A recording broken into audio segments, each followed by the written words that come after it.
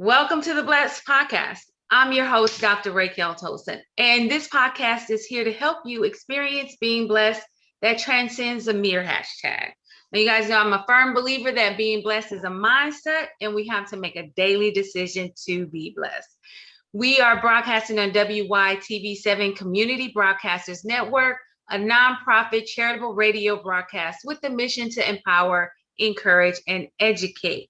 If you are enjoying the Blessed Podcast, I need you to go to www.wytv7.org and hit that green donate button.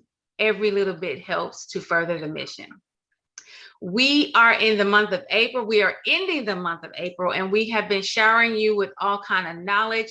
Today is a special day. We are going to shower you with some knowledge that can possibly save your life, and some knowledge that, just because I'm sure everybody has this on their heart right about now. We have with us Officer Smith, and he's going to share with us how we should interact with the police, and he's going to talk a little bit about just some stuff that's going on in the news. So thank you, Officer Smith, for joining us. Welcome to the Blessed Podcast. No problem. So we just going to jump right into it. I need you to talk about the talk. We hear about it all the time. A lot of us got the talk from, Black people got the talk from their parents, how they should interact if they were stopped by the police. Now, obviously, everybody has not gotten the talk because we see it, displayed where people don't act like how we were taught to act. So as a police officer and as a African-American, how should we interact with the police? Well, it's a lot of common sense that goes into play with this. When you're dealing with the police, you're dealing with a person whose psychic this is mostly in the inner city. You're dealing with a police officer that is involved in a lot of violent conflicts with Black people. So let's get the myth and the mysticism that Black people, we have large amount of gang members, homicides in the city I live in, one of the highest homicide rates in the world. So these police officers go from one violent conflict or confrontation. Our lives are threatened on a regular basis. Face to face. So when you're confrontational, you become one of those people. Mm-hmm.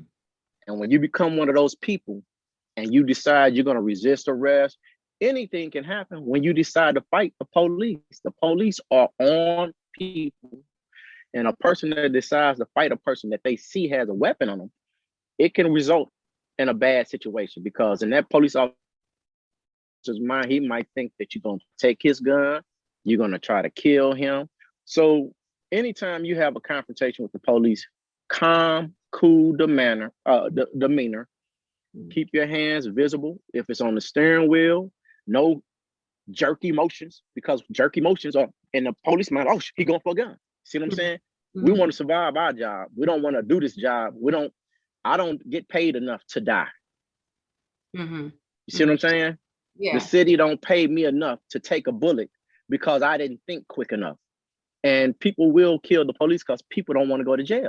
So when you're confrontational, you setting the mind frame of this police officer, I'm getting ready to have some problems. Or it's all kind of stuff that goes through a police officer's mind. So a lot of times you got to kind of think of where that policeman is coming from. Now, in the same breath, the policeman got to think, where is this person coming from?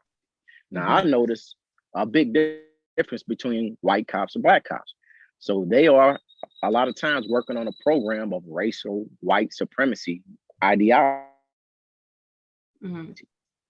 And they were born with it. It was installed in them. So they can't get out of who they are. So you got to realize who you dealing with when you're dealing with these policemen. And you got some Black cops who own that same program. They don't really have an identity with who they, you got Black people in the world. They ain't just Black cops, a whole lot of Black people who can't identify themselves as, these are my people. And they should take an understanding that you should know how your people think and act. So when they interact with you, it should usually be a pleasant, you're not going to have a pleasant interaction with everybody. Some people are just miserable. Right. So you're going to have a miserable interaction when you're dealing with a person who thrives on misery. You know what I'm saying? Mm-hmm. But I mean, most of it is common sense. When you deal with the police, I say be totally compliant. You know, if you haven't really done anything wrong, you pretty much just gonna get a traffic ticket. If you have a warrant for your arrest issued by the judge, then you allow yourself to be handcuffed. You go through the little booking process, one warrant, you know, you're gonna be out within a couple of hours. You know, so I can go through a large number of these deaths by police where the person was unarmed, and I can point out a lot of what the person who wound up dying did to somewhat cause his death. Now, would I justify him being killed or these people being killed? No. But how many times do you got to see interactions with the police where an unarmed Black person get killed by making jerky motions, by resisting arrest, before you say, I don't want to be that guy? Right. You know, I mean, and I can show you 1,000 videos of police getting shot at and getting killed too. You see what I'm saying? Right. If you guys ever get a chance, log on to, not advertising for nobody, but the Police Activity channel, and you will see body camera footage and video car camera footage, and you'll see actual police shootouts and whatnot. And it ain't always good for the police, and most of the time the police are extremely justified. I mean, they are actually the victims of people shooting at the police. Right. And that's something that we don't see. So you said a lot of things. So look at that channel. Because you said to keep it calm, demeanor and everything. But one of the things that really stood out, and it's and Black people are justified in being angry, because we see more often that white people can have jerky movements and can argue and cannot be calm, and they don't die. Whereas it's different with the Black. So it is that psyche that Black people, I'm afraid that Black people gonna kill me. Even though it's not just Black people that shoot at police officers. White people shoot at police officers all the time. I see it. No. Mostly white. Yeah, exactly. No, it's mostly white, but these cops are mostly afraid of Black people when they should be more on heightened with white people, because those are the people that usually kill the cops. Black people usually run. I'm just saying that's how it looks, but I don't know, because I'm not out there. That's facts. Okay. That's facts. So what you're saying though, so that's what you're facts. saying. You're not justified, but what if you want to survive an encounter with a police officer? Right. You have to understand that point blank, these people are probably on edge, and they think that any sudden movement, you're going to harm them. So they're going to harm you first. Right. If you want to come out alive, you want to teach your children to come out alive, you have to have the talk to keep them from having jerky moments. Let me tell you, my son and his friend, they were driving and from college, or going to college somewhere, and they got stopped by the police officer, and there was a fly in the car. And so his friend, who is biracial from Centralia, Illinois, you know, it ain't no whole lot of Black folk up there. He from Centralia, Illinois. He probably never got he never got the talk from his mom. And plotting at the fly, and my son is like, boy, stop moving. You're going to get us killed. My son's hands on because he's the driver. My son is the driver. And he's like, stop moving. You're going to get us killed. The police officer happened to be one of those white boys who did not necessarily, I don't know what his mentality was, but we know that he wasn't afraid of Black kids. You see what I'm saying? He wasn't afraid. That's the first thing. He came up and he said, son, I see the fly, but you're going to have to stop moving. He said, he said, you need to be still. Right. So instead of him coming up with his gun drawn, ready to shoot them, because he noticed what was going on. He saw the fly, but he just simply educated him to tell him to be still. And everything went off fine. You know, my son got his little ticket or whatever. Well, went on about his way. Yeah. Well, you know, that's mostly the interactions with the police. I mean, most of the interactions ain't pulling guns and shooting people. You know, that's what people don't even really, you know, it's sensationalized when you see this incident, it doesn't happen. It happens, but it isn't every interaction with the police is a life or death. I mean, you know, the police get gun arrests, lock up murder suspects, Black, all the time. You know, foot chase people who just robbed a bank armed and don't shoot them. So it happens, but it doesn't happen as much as folks, as much as the media, and you have to worry about when the media, because there's a lot of white people that died at the hands of policemen. And you're right. We had a training seminar one time and they were showing all these different scenarios where police officers get shot and killed. Mm-hmm. In every one of these scenarios, and most of the policemen were white on the videos. Mm-hmm. Every one of the scenarios where the suspect was a white male or a white person, they went to the ends of earth. The white male could have been pulling a gun car. This one guy in particular was a Vietnam vet, and he was pulling his rifle out the car, and the cop was like, "Don't do it, George. Oh, come on, buddy. Oh, put it down." And this guy was going up and down at his car with his rifle, shooting at the police. I'm not for sure I think he killed him. I think he killed the police officers. Wow. They will extend the ultimate restraint when it comes to using deadly force against white people. And that's part of the white supremacist ideology. Here it is. They can relate to that white man. Yeah. Most white police officers believe that white people love the police. So it throws them out of sync when a white man is trying to kill them. They can't understand. Hey, brother. Hey, calm down. Hey, in that same class, a black man, they had video footage. He was on the front porch with a gun to his head. He calls his mother and say, "Mom, I'm getting ready to kill myself." Do you know the police lit him up? He never pointed the gun at them. They lit him up, killed him. He getting ready to kill himself. He just wanted to tell his mother goodbye. Mm-hmm. You see what I'm saying? So that's all about the system of white supremacy, white oppression. You can't get around. We live under a system of oppression of white supremacy. And this is programmed in their mind, and it is programmed in our mind. So I know a writer named Nellie Fuller. He has a codified way that you maneuver in the system of white supremacy. Recommend that. He got 2 books out about the codified manner of maneuvering in the system of white supremacy. Now, what's the name of it again?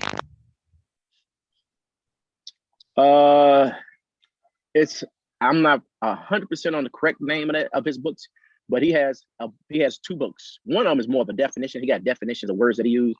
It's a codified manner of maneuvering in the system of white supremacy. So what Black people got to realize, we fall for Nellie Fuller. We fall for the illusion of inclusion. We really feel like we're part of this America. In reality, we're not. In reality, they look at us worse than they look at the Mexicans. See? So when you're sitting here thinking, I got the right, in their minds, you don't have no rights.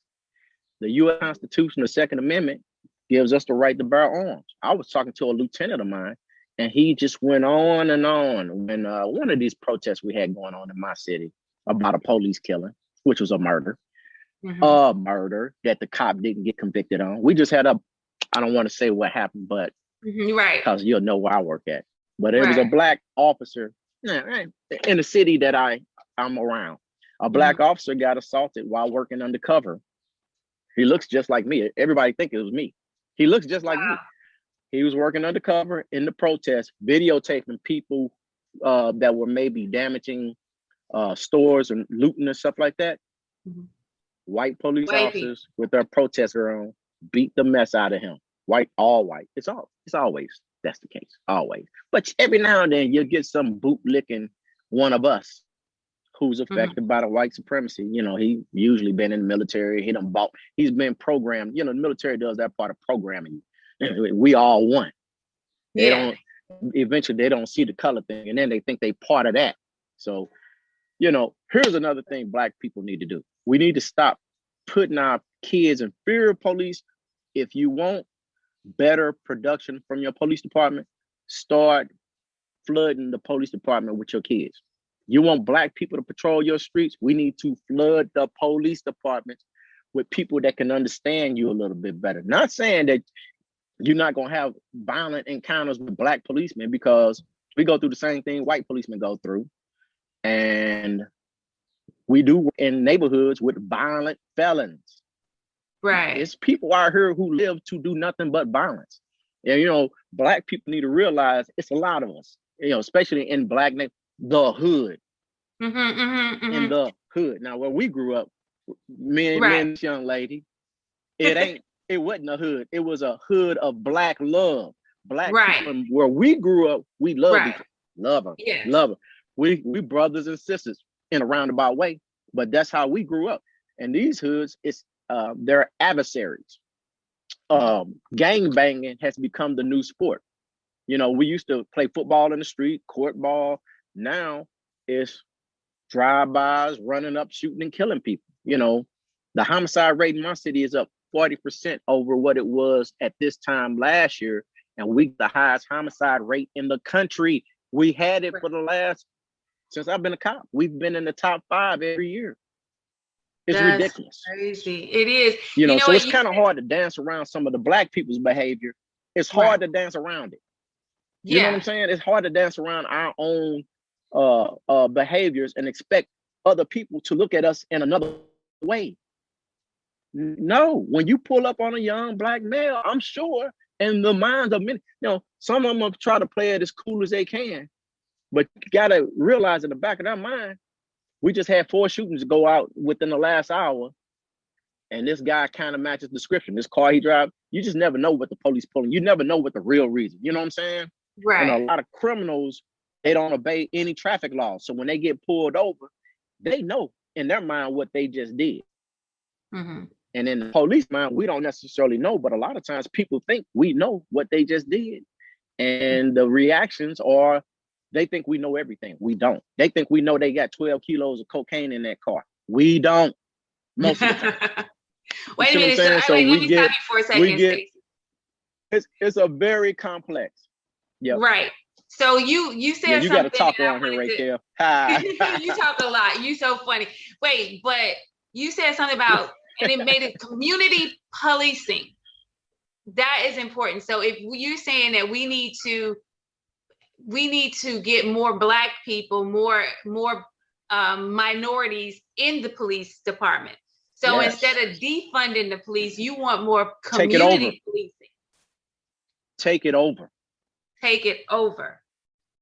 Okay. Take over the police department. Take over the fire departments. I mean, but we got to find qualified applicants. You know, it's unfortunate that they done made it where they're gun for Black people to make easy felonies with the crack rock, you know, the crack rock and whatever. At least look, they oppress you to the point where drug sales is the only viable opportunity you got. Quick, easy felonies. You know, personally speaking, I hate to say it, I refuse to be that cop to put a felony on somebody who got a small amount of drugs, because I know the U.S. government is allowing it over here into Black neighborhoods. So I won't participate in that. Now, if you got a large amount of drugs, yeah, you're a problem. You're an enemy to, even if you got Black skin, I'll tell them you're an enemy to my people, brother. Right. That makes sense. That makes a lot of sense. Right. But yeah. Okay. So what's going on in the world right now where everybody's saying that taser versus the gun? We have to talk about that before we go. Is it easy to mistake your taser for your gun, or share it? Tell us. Okay. Now, this is what I'm going to tell you. What she did was an accident. It wasn't intentional. Under stress, when you get certain police officers, and I'm not throwing women under the bus, but I've been a policeman for 32 years, and I've only seen one female officer have a foot pursuit or I've never seen, they don't engage after violent felons. Men cops do. I don't see it. I've never seen it. As a matter of fact, me and a coworker were talking about it last night, and I said, hey man, can you name one time where you seen a female officer?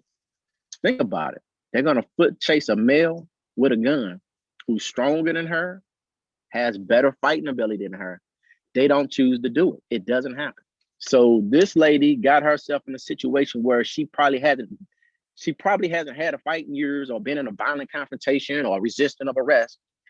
And she went what they call it what is it when you're in a tunnel vision? Mm-hmm. She went in a tunnel vision and panicked She was panic struck. Trust me. She screamed when they train us on the taser. Before you pull the taser, you shout out, "Taser, taser." And that's to let the other officers in the area know that you're getting ready to shoot this guy with the taser and to back their asses up, back up. So she really thought she had that taser. Now, how do you make that mistake? A whole career of not being engaged in physicalities, making physical arrests, people that want to, I made a lot of arrests over my careers, homicide suspects, violent, people that's wanted for assault first, rape, murder, you name it. And if you don't engage in that on a regular basis, you don't have practice of how to deal with it, and you will panic. And she panicked and wasn't thinking. See, a person that's done it 1,000 times, he's cool and logical, and he's watching everything. He's not gonna make that mistake. Now, people are human. Policemen are human, and human beings make mistakes, and it's unfortunate. Look, that's what people need to think about when they choose to challenge law enforcement on everything. Like he did. He put his girlfriend at risk. He put his baby at risk. Now, there's blame to go around on most of these scenarios. There's blame to go around. Now, should the brother die for? No. But should he just faced up to the charge? That it wasn't like he was getting an illegal charge. Somebody was doing something illegal to him. No, he chose that. No, I'm going to defy law enforcement, and I'm going to do what I want to do. I'm going to high speed. I'm going to jump back in my car, and they're going to high speed chase me with my baby in the car and my girlfriend. So he was complicit in his death in a certain way. He shouldn't have died. He should have just been really, while the black officer was trying to handcuff him, it was clear he was getting ready to resist. Body language said it, everything. He wouldn't. You could see the black cop telling him, "Hey man, just put your hands behind your back." He couldn't even get the cuffs on him because the dude was messing with the cuffs, so he couldn't cuff him. One of the other cops should have walked over to the other side and grabbed him by his arms and manhandled him back to the back of the car, away from the car. So their tactics were kind of jacked up. They were all standing around, and then they let this bozo, who probably ain't did nothing her whole career, she comes up and pulls out what she thought was a taser and shoots the guy and says, "I think I shot him." So you can't get around. Human beings are gonna make mistakes, and keep that in mind when you're dealing with police. We're not perfect. Our training ain't perfect. They almost basically, you learn on the street. You go through a period of academy, 6 months or whatever, but that's just like preschool. You don't become a policeman until you got 10 years experience on the street. It takes 10 years to really feel comfortable with telling people what to do and being comfortable in the position of saying, "I'm the authority." Yeah. So you just wait, because we almost out of time. You said you've been a cop for over 30 years. When you gonna retire? 32. And when you retire, are you going to train? Like, are you going to train police? Are you what are you going to do with all the knowledge that you have? No. So, I got 32 years on. I got 3 more years before I retire. I'll do 35. And actually, I'm really into guns and training. I'm gonna train you on how to use a weapon. If you have, you probably already been trained. You Superwoman. No, I have not actually. Okay. People have told me I don't need a gun because I'm kind of emotional. Well, okay, yeah. Well, if you know that about yourself, then don't do it. But I'm very good at repairing guns, building guns, and training people with guns. And I'm also a prepper. So I'm preparing myself for what I think is getting ready to go down in America. Something bad is coming our way. And I think it's going to be some type of civil war, which civil war is a quote for race war, because they're going to fight the government. But when they fight the government, they're going to be fighting us too. So I think Black people should be prepared for anything that might happen in America. We are not safe here. We're not safe anywhere in the world. White supremacy is a worldwide system. It's a worldwide system. Black people in Africa have totally been colonized. Worldwide, we've been dominated and colonized by these people. So we got to kind of get our head on where we at, the situation. Our reality is we are living under a system that we are really in no better predicament than we were when we were in slavery. We got the illusion of freedom, but you see what happens whenever they put their people in the justice system against our people, we don't get no justice. It's just them. Right. No justice for us, just for them. Yeah. So. Okay. Yeah. But. Wow. You have shed a whole lot of light on a lot of stuff, and it's really interesting because you are like, it's so real. Like you ain't taking nobody's side for real. You like, look, this is the reality. This is the situation. That's Y'all just got to deal with it. Yeah, get out your emotions. But you got to learn how to. If you want to stay alive, you got to learn how to deal with it. Get your emotions out of it and deal and stay alive. Basically, that's the real thing. Get your emotions out of it and stay alive. That's it. And you know, here's another problem too, is our people are very, I hate to bring this up, but we got a lot of single parent households, mm-hmm. and a lot of these males are coming up very emotional. They haven't been around enough men to know how men behave. Men don't behave all irrational. Oh, my mama, dog, and all this. That behavior is threatening. It is, you know, it's defiant. And I'm not saying that you got to bow your head to these people, but if they got you on a legal situation, they got you on a legal situation. That's it. You can't go making you can't, when you run a stop sign, you can't make that a black and white situation. Fool, you ran the stop sign. It ain't got nothing to do with you being black. Fool, your license plates are expired. Live with it. Get the ticket and go on about your business. You know what I'm saying? And you'll be shocked sometimes when you just talk to the police officer like, hey, officer, if he right, he right. Officer, I'm sorry about that. You know, I'm going to get that taken care of. I appreciate, you know, just being kind and courteous can go a long way. I mean, a lot of times when I pull a young brother over, if he ran a stop sign, if he got his driver's license, he got insurance, free pass, brother. Oh, you on your way to work? Take care, man. Keep your seatbelt on. You know what I'm saying? Yeah. A lot of times it's about what you, now, of course, if you come across the devil who programmed to hate black people, you're going to have that experience. Right. That's just how it is. This is the world we live in. So we got to get back into our reality and quit thinking we live in some place that's, you know, it's right. No, we live in white supremacist America. We are under that government, and that's how it's going to be until we make a change. If black people unify, we hate each other more than they hate us. We prove it every day because we out here killing each other on a genocidal rate. And you know, so whenever I see black folks talking about this and George Floyd, it's almost like we ignore what we doing every day. It's crazy. It's almost like we're in a state of lunacy. You know what I'm saying? Mm-hmm. Like people can't see what goes on in the black. Hey man, I see it firsthand, and ain't no way to sugarcoat our people. And I'm not talking about, see, this is where I think the disconnect is. The disconnect is with the middle class black people who have kids that are the age of these kids. We see our kids as those kids. Well, those kids grow up in a whole nother environment. They grow up in a war zone and they have a war mentality. And we try to compare our kids to those kids. No, it's a whole nother the world. I can see that. Coming from where we come from right here. When I came out here to the city, it was a cultural shock for me. I didn't realize how wild black people, we are wild and crazy. That drug environment, that gang environment, it's I can't even describe how crazy. It's a penitentiary culture. Wow. Well, we have to go and stay. It's no fear of police.